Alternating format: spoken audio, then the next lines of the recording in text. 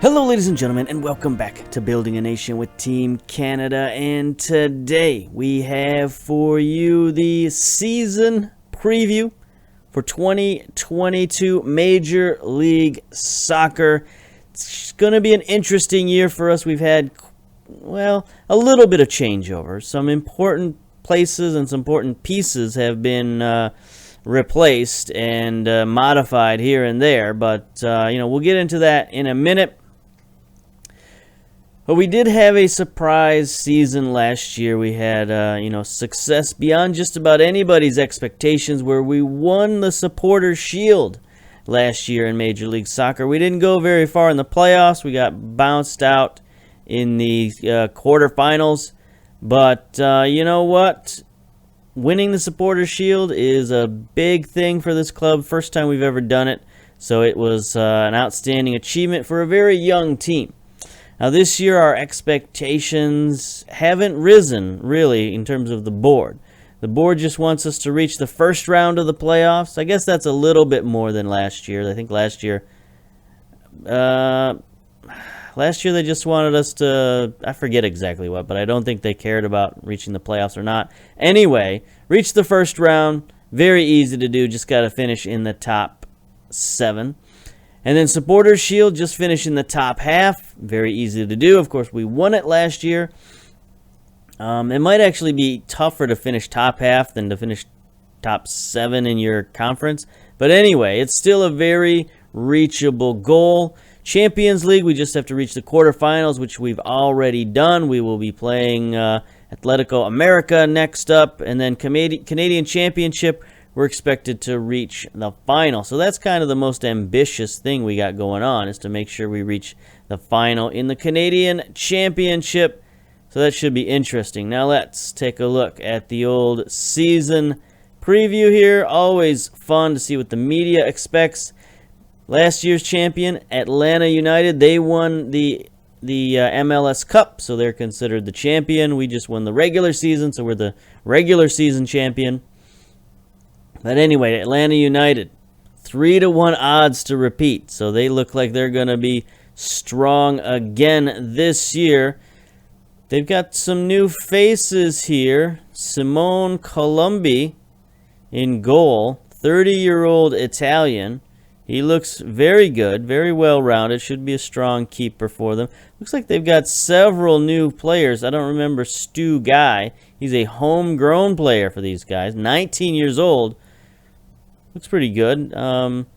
Not a tremendous talent. Definitely not what they're used to at Atlanta United in terms of top quality defenders that they've had the last few seasons. They did bring in Justin Glad, Kamar Lawrence, Pogba. They brought him in last year. So yeah, a little bit of turnover for Atlanta United as well. It's always a question mark who's their coach this season. Wilmer Cabrera, he's managed to, after winning MLS Cup, coming in mid-season last year to win MLS Cup, they've allowed him to keep his job. Very gracious, of Atlanta United. Up next, New York City, 7-2 odds. LAFC 5-1 odds. Those guys are at the top most of the time in terms of these predictions. Houston, though, 4th, 6-1 odds. That's pretty good for Houston. They did play very well last year, and they're playing well right now in the Champions League. So, maybe that has influenced the media a little bit. But Houston, looking pretty good. Let's see. They've made a few changes in and out, too. They got Italo, 21-year-old Brazilian left back. He's an interesting-looking character. Not great. Valued at $700,000, but he is a new guy in there. Still have Renamada, still have Albert Elise, still have Seren, Kyoto, Alessandro Rossi. That's a new guy, 25-year-old Italian. Is he new? I think he's new. He looks pretty good. He looks like a designated player. Was Rossi there last year or not? He was there last year. Came in $2.8 million, 14 goals on the season. So yeah, he's pretty good after coming over from Lazio. So Houston Dynamo, they're going to be trouble for us in the Western Conference. I mean, LAFC is enough trouble for us to handle, so now we got two teams that might give us some serious problems in the Western Conference. After that, New York, DC United, Toronto FC, 20-1 odds. Bono still in goal. Oro. You know, Oro is listed, transfer listed for $6 million. He's taken up Canadian citizenship, so it'd be unfortunate to see him leave. He's only got 94 days until he's eligible, so we gotta hope that they keep him around and don't sell him off to someone else in 94 days. That's 3 months. That's a long time. So maybe we should go and buy him and keep him in the country. I don't know if we can do that, but might not be a bad idea. Still have Michael Bradley, Jonathan Osorio, Josie Altidore. Sean Hundle is now on the team. I assume he's going to replace Altidore at some point, even though Altidore is still pretty good. Or maybe he's going to be their number one backup. They also have Julian Dunn also on the team, so hopefully he gets some playing time. I don't know that we can help him out. You know, we've got enough central defenders as it is. I don't know that we could bring in Dunn unless we send somebody else out. Noble Okello's another guy I've been keeping an eye on. They've got him out on loan, unfortunately, so we can't. He's on loan to TFC2 as well. He's another guy I would have liked to pick up in the offseason at some point. Just wasn't able to make it happen. They wanted to keep him and not play him. So, I mean, that's, I guess, their prerogative, but it doesn't really help us out in building a nation. Some other teams, San Jose, our opponent for today, 22-1 odds. FC Dallas, LA Galaxy. Move down. There's Vancouver, 16th, 300-1 odds. So they've given us better odds than the last few seasons, which have been consistently at 1,000-1. So now they've actually got a little bit of belief in us after we won the Supporter Shield last year. Right below us is Montreal at 350-1. They've got some lineup problems, it looks like. They're out of central defenders. You know, maybe we should trade one of our central defenders to these guys. They've got Liam Fraser, who's an interesting player. Aiden Daniels is another young, interesting Canadian player, 23 years old now. So the time is now for him to get some playing time. We did trade them Jordan Faria, and they do have him starting at right wing, which is what I was pretty sure was going to happen. So that's why we traded him there. He has knocked Petrasso out of the starting lineup. So I guess that's not great, but I don't know that Petrasso is a guy who was going to make the Canadian national team on the regular anyway. I think he sort of hit his ceiling at 3 stars. So we'll see what happens there. They, of course, have Piet on the team. And, yeah, they need central defenders. So maybe we could trade a central defender to Montreal and then pick up Dunn from Toronto. If we need to do that, we might do that. Let's see. Let's take a look at the media's Dream 11. Of course, Andre Blake still in goal. Demet at the left back, still there. He's been there for a few years. Maury. A lot of these guys are the same as they have been the last few years. Michael Bradley is still playing central defense, apparently. Murillo, Panamanian at right back, playing for New York. Let's see, Martinez from Atlanta United. Rino Mota. I really don't know how to pronounce that name, but anyway, from Houston is in there. Horta. Andre Horta, still playing at LAFC, hasn't been moved along. Lamela. Another Atlanta United. Of course, Joseph Martinez is a fixture up there at striker. And Tammy Abraham. This seems like a new name. It is a new name. Let me make sure. Anyway, let's take a look at Tammy Abraham. 2 appearances for the English national team. $8 million value. $6.63 million salary. So he is a designated player.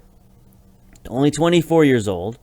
I don't think we need to scout this guy, but yeah, he looks very good. Take a look at his history.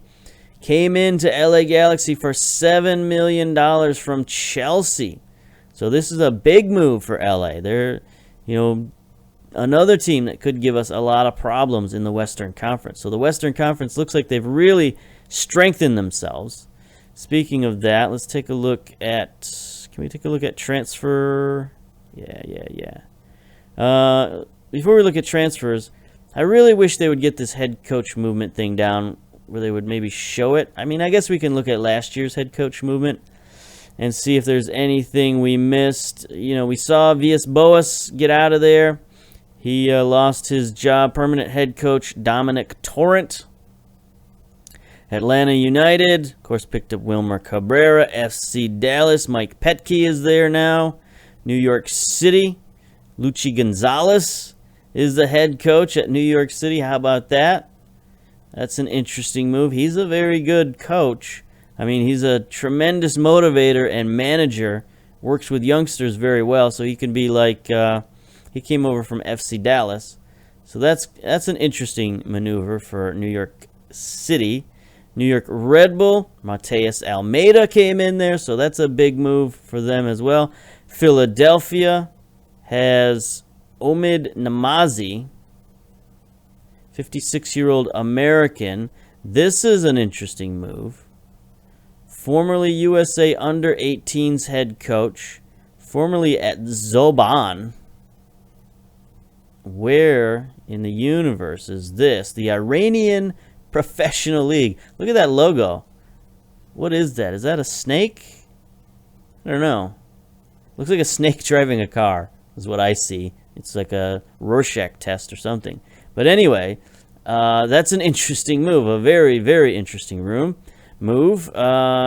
Very adaptable coach, obviously, coming over from different leagues. You know, pretty technical coach. He's got some interesting abilities. He's not really a great head coach, but hey, who am I to judge? So that's an interesting move for Philadelphia.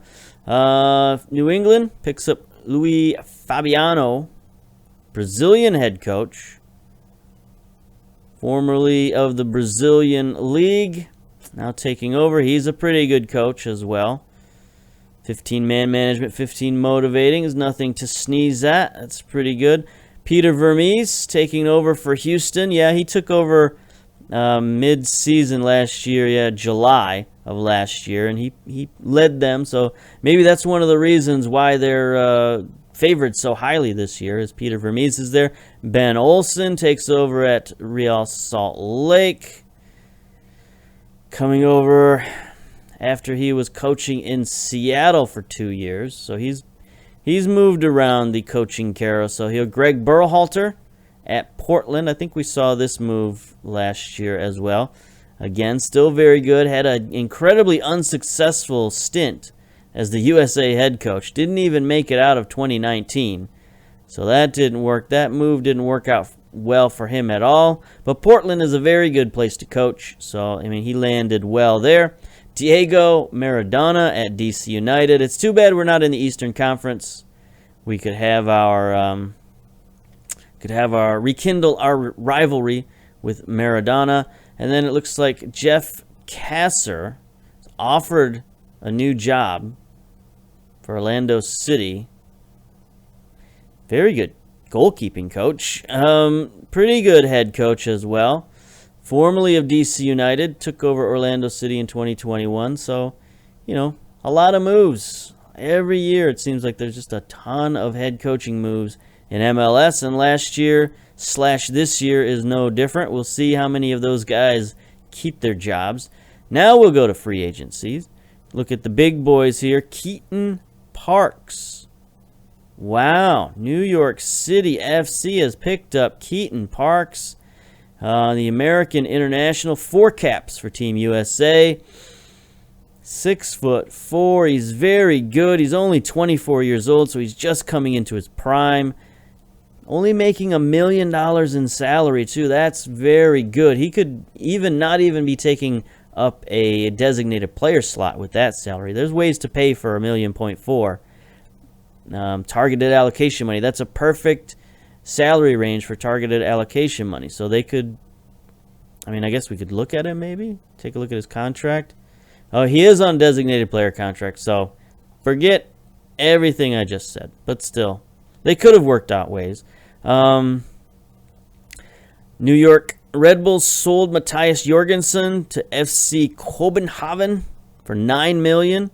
There's that Tammy Abraham from Chelsea. Excellent move. New England and Philadelphia did a trade, I guess. Was high value. Franco Escobar from Atlanta United to River, $5 million. And there was also a trade there. Sporting KC sent out Bruno Lamas, to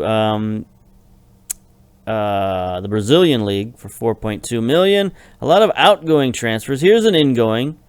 Fernando Zucchi to DC United for $3.9 million. Oh, look at that picture. Look at him. He's like staring off.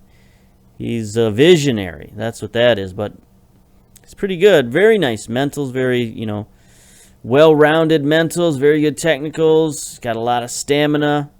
He's 30 years old, so it's not a bad pickup. He's only making $1 million a season. So that's a very, very reasonable transfer right there. Let's see. Carlos Suesta from New York City goes to Atletico Nacional. Here's one. Another pickup. New York Red Bull picks up Emmanuel Doy? Really have no idea how to pronounce that. He is Albanian. So Lord knows how you pronounce that. But anyway, very good player. Outstanding. Only 25 years old. Came over from Italy. So he's playing in the Italian league, Serie B and Serie A for, his whole career basically. Very good pickup for $3.2 million. And yeah. Let's see. We still got more and more. How many of these deals? Look at all the deals. Look at them all. Lots of deals going on here. Lots of cash money deals. Cesar picked up, from LA Galaxy. So LA Galaxy sold Cesar. So there goes their goalkeeper. Houston sold Juan David Cabezas to Medellin. Let's see. Atlanta United picked up Colombi. Did we look at Colombi? Yeah, we looked at Colombi. Italian, 30 years old, very good goalkeeper. So Atlanta United strengthen that. They're going to need it. It looks like their defense might not be as strong this year as in previous years. Any other very interesting moves? Chicago and Portland picked up a couple of players. Gustavo Carvajal, defensive midfielder. Pretty good. He's okay. Alexis Flores, central defender to Portland. Young 20-year-old Argentinian. He looks very good. Very sound, solid central defender. A guy who can definitely work in MLS, right? Tackling, marking, heading. He can't do much else, but he can defend, and that's enough for a young defender in MLS. Houston picked up Manuel, 32-year-old Brazilian central defender. 5'11", not great jumping reach, great heading though, great mentals. A guy on the downside of his career, making $644K is not too much, but it's not a move I would make, but he's a sound, solid veteran for them.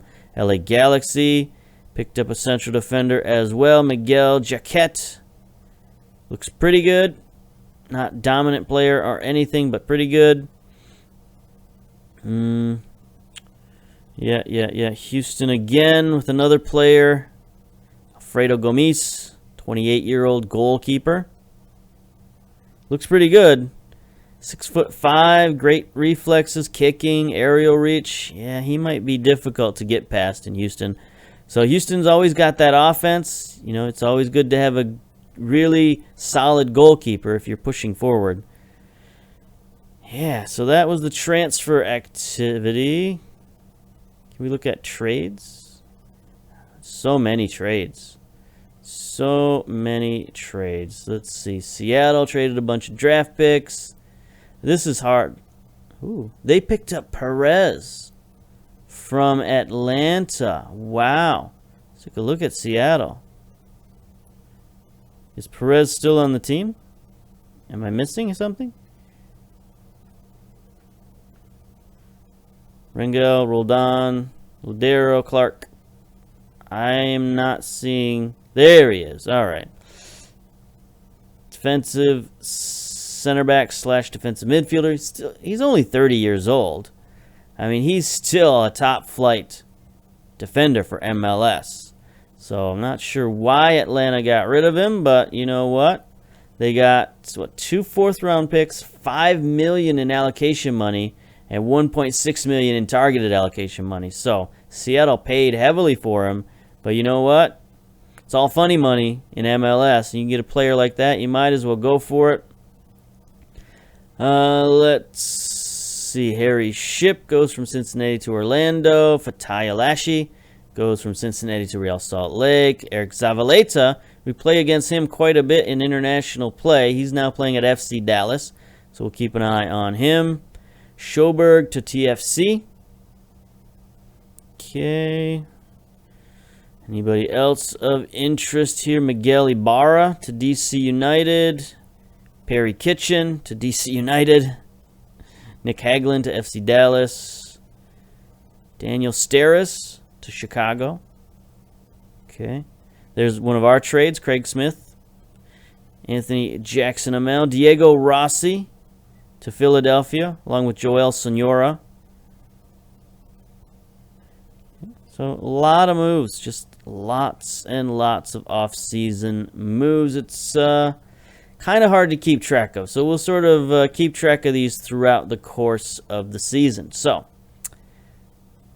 not sure what else to go through. We've gone through our own team in a couple of previous videos, so I don't think we need to do much about that. I mean, look at the schedule here. Preseason went very well. Undefeated in the preseason. 2 wins in Champions League. No problems there. So let's get to our match preview. We're going to be playing San Jose, the Quakes. They're a pretty good team. They're looking pretty good this year. They had a good campaign last season. We are pretty good favorites, though. 6-4 favorites. And we have not lost to San Jose in 10 tries. We are 7 wins and 3 draws against San Jose. So we kind of have their number. Head coach, Panovich, still there. I think he's been there for quite a while. Oops, let me do that. Didn't mean to do any of this. He's been there since 2020 after coming over from LA Galaxy. So he's had a pretty successful stint there. He is a good coach. So we just sort of have his number for whatever reason. We're playing at BC Place. 19,000 tickets sold. So it's not great. I mean, I think we've got like 16,000 season tickets, so not a lot of walk-ups. I mean, it's not a great day out, but we've got the Dome, so I don't know. It's just San Jose is not a good draw for us for whatever reason. Let's get on. There's a couple of things to talk about, actually, before we get to the game in terms of transfer history. We've sent several guys out on loan. Some of our young players, Terry Rosenlund, Tyler Thompson, Daniel Valente, Pat Kendall, Dada Luke, all out on loan. Let's see. Are there any? Can we look at this? Released players? Nope. Free transfers? Nope. Waived players? No, they're not showing. They're not showing up. We had to waive a couple of players to fit down to the roster. They're not showing who that is, though, currently. Are they still on our roster? No, they're not. So when those guys show up, we'll show you who got waived. But, yeah, some interesting names got waived. Let's just put it that way. All right. So we got a couple of new guys around. Adam Melvin. He is one of our young goalkeepers. He needs a number. So we'll give him some sort of one number. We'll give him 51. That's fine. And then Anthony Jackson Amel, we'll give him number 7. That's how much confidence I have in that young man. He's one of our new Scotch Canadians. Oh, no. This is our new striker, Anthony Jackson Hamel. That's right. He is our striker. So we need to give him more of a striker type number. I don't think we have a good one for him. So is there like, yeah, we'll give him 99. How about that? Submit that number. Too many Jackson Hamels on one team. Spoil the soup, I guess. I don't know. But here we go. San Jose. Cleaton in goal. 2 appearances, 2 concessions. Lopez on the left. Eric Lakai? I should probably be able to pronounce this guy's name. He's been around Toronto FC, then Seattle, now San Jose. Played a lot of games in MLS. Should probably be able to pronounce his name, but he's their best performer so far. 7.7 rating. Gal Mark-Anthony K in the midfield. Got to watch out for him. DeLong, Kashvili, still their top player. Valerie Kashvili, how's he looking these days? Only 29 years old. Still an outstanding player. So we got to watch out for him. Eriksson, another very good player. Magnus Eriksson, Swede, 31 years old. Been playing at San Jose for quite a while after an undisclosed transaction in 2018. And then Fernando Adi up top. So they got a lot of firepower here in San Jose. They could do the business this year. Now, as for us, we've got the youngster Montgomery in goal. 2 appearances, 1 concession. Starting goalkeeper is still injured, so we're going to go with the 18-year-old. But other than that, we got a lot of familiar names. Zlatkovic on the left, Nerwinski on the right, Rocco and Jaguar in defense. So our starting defense is intact. Starting midfield also intact, Norman and Tibert. Brim solidified himself as a left winger. He's going to be our starting left winger from now on. Shamit Shom, a new acquisition in the offseason. We traded for him. He's making his debut. Vanuto on the right, of course. And then Anthony Jackson Hamel also making his debut. Another guy we picked up just recently. So let's get to our dressing room. Pep talk. Go out there and give these fans their money worth. All 19,000 of them that showed up. Can you talk us through the changes today? I don't know. This is basically going to be our starting lineup. So I don't know what changes you're talking about. It's our first game.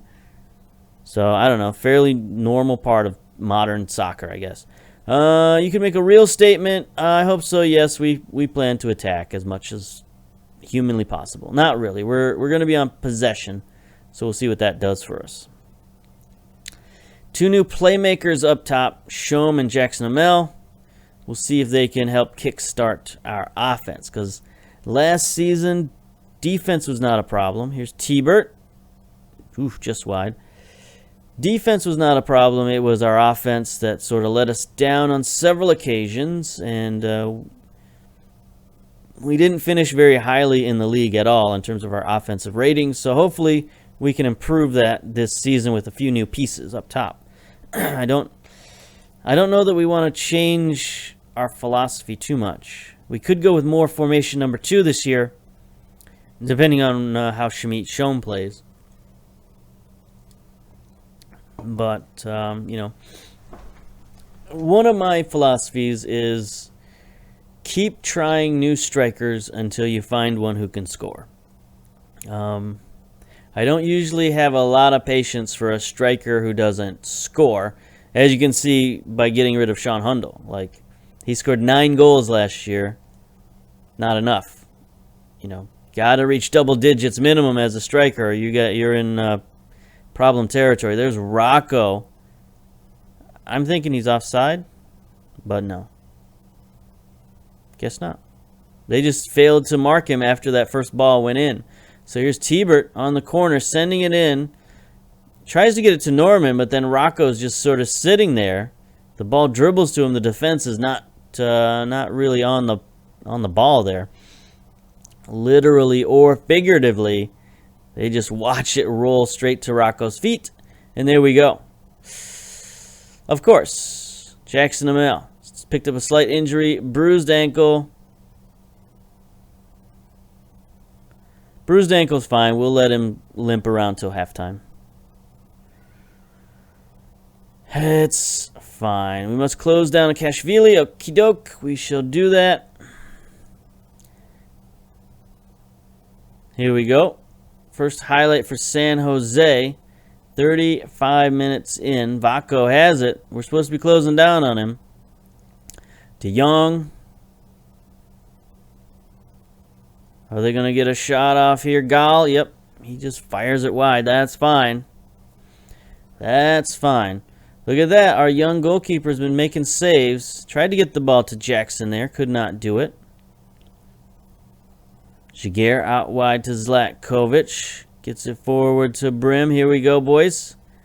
Let's get the ball in there. Let's see if we can get it to old number 99. He's poised and ready on the back line there. Schmidt Schoen, good pass. Brim is going to take it in.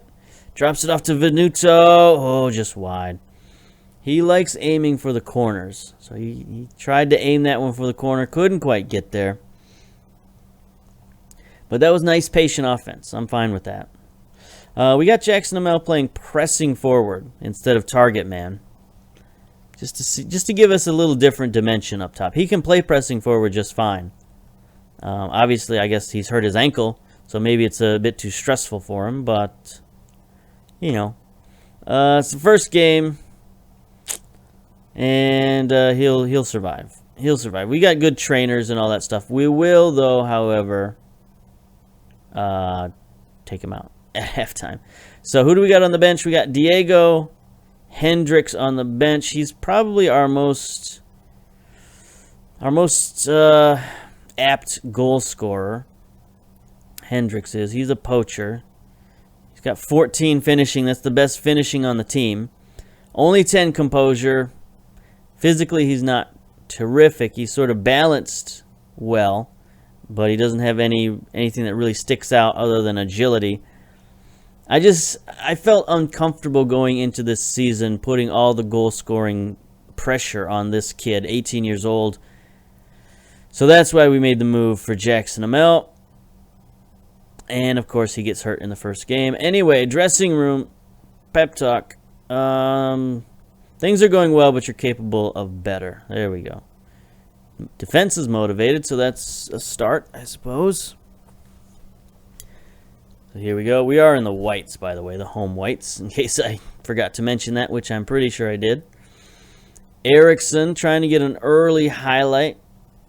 Changes field to De Jong. Mark Anthony K. Hasn't made much of an impact on this game yet. We shall see if he can change that. You know, I'm glad he's playing in San Jose now. I'm glad he's getting all that playing time, so this is good. It's very good. Again, we're just keeping track of all these Canadians, making sure they're getting playing time. Not a great throw-in by Zlatkovic, but he recovers, makes up for it, gets it to Norman. Tibert looking to make a play. Brim. Schmidt Schoen's moving forward. Brim is just doing whatever he wants. Goes from the left side to the right side. He's a crazy man out there. You know, we'd like him to get the ball to Schmidt Schoen and let him make some plays, but it looks like Brim is trying to take over the offense. Gall gets it. Oh, boy. That was not a great bit of goalkeeping right there. I mean, it was a good shot. Sort of a tricky, low shot, but I think our keeper is just sort of out of position. He was late to recover and just had the side of the goal wide open. That's no good. You know, he's got 6 pace, 6 agility. You know, he's not ready to play at this level. That's obvious, but right now he's about all we got. We could bring Melvin into the game, give Melvin a shot in the next game. He's a slightly better athlete. He only has 5 pace as well, but other than that, he's better as an athlete. Doesn't have the reflexes, but he's definitely a more well-rounded keeper at age 17, if you can be such a thing.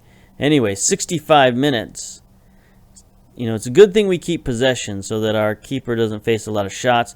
There we go. We're testing Brim's speed, and he is up to the task. He sends the cross in. Can't get it to Hendricks, but that was an explosive type play by Brim. Oh, and there's a turnover. Brim, Johnny on the spot. He's got Venuto back post. There we go.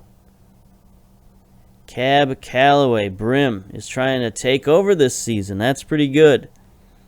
I don't mind that, honestly. If he's going to become a playmaker, this is a good time to do it. This is a good time for him to grow. Because, you know, we don't have to rely on him for the national team, but he could be a very important player for us. You know, he's going to be backing up Davies. And, you know, if anything happens to Davies, he might be our second best left wing in the nation. Especially if he keeps playing like this. You know, he's up to 3.5 stars. He's valued at $4.6 million. He's got 4.5 star potential, so he's going to start as many games as possible this year and hopefully start, you know, filling in some of that potential. That would be outstanding. How are we looking here? We're looking fine. Nobody needs to be subbed out, I don't think. You know, our young goalkeepers made 4 saves, 5 off target. Well, I guess he's made 3 saves, but still. That's better than... He hasn't been really facing any shots in the preseason other than that one that got by him in Champions League. So at least now he's faced some fire and he's stopped a few shots, so that's good. Other than that, it seems like a pretty even game. Here's T-Bert. Tries to get it to Rocco. Can't. Shamit Shom is there. He's looking... Yeah. Okay. I'm not sure what that was, but it wasn't great. And there it is. Full time. I guess I wasn't even looking at the clock. So there we go. We escape with a 2-1 victory. At home versus San Jose. You know, pretty good match. Pretty good. We didn't even get player of the match. Romain Gall got player of the match with a goal and 8.0 rating. He beat out Venuto with a goal and a 7.5 rating, I guess, or Rocco. He's pretty good. You know, midfielder, can play all over the place. Midfield, even striker if you need him. I wouldn't say he's like a dominant player, but he is 3.5 stars. He's pretty good. Making $530K. I mean, nice value, $5.25 million value. I don't see that necessarily in his attributes here. He's well-rounded, I suppose. Whatever. Whatever. He's worth what the market will bear, I suppose. Well done, guys. Good win. Hand over and pep talk. Continue. Let's go. So we got Champions League up next versus America. Anthony Jackson-Amell injured for 1 to 3 days. Not too bad. We do have a couple of injuries going into the season. Vuk Stankovic, one of our youngsters, 18 years old now. I wanted to get him more playing time. He started playing pretty well at the end of last season. So it would be very nice for him to continue that growth this season, but he has been hampered by an injury. Anthony Jackson-Amell, Miguel Amell, and Luke McGee. I was trying to let go from Jackson-Amell to Luke McGee, and it came out Miguel. Anyway, Luke McGee, our starting goalkeeper this year. You know, we traded away Zach McMath for this guy. Well, not for this guy, but to make sure that this guy gets all the starts. And, you know, he immediately gets injured, of course. So, once he's back, I think our team is going to be very strong this year, and we won't have a lot to worry about. So, I think that's going to do it. As I mentioned, up next, we got America in the Champions League. As for the national team, not a lot going on. Schedule-wise, we got 2 sets of friendlies and then a whole bunch of nothing in the middle. I assume this is going to get taken up by some form of competition. Nations League or who knows what. But if it doesn't, then we'll schedule a few more friendlies in there just to make sure everybody, you know, is getting fit and all that stuff. So, that's going to do it for the MLS preview. Until next time, we'll see you later. Bye-bye.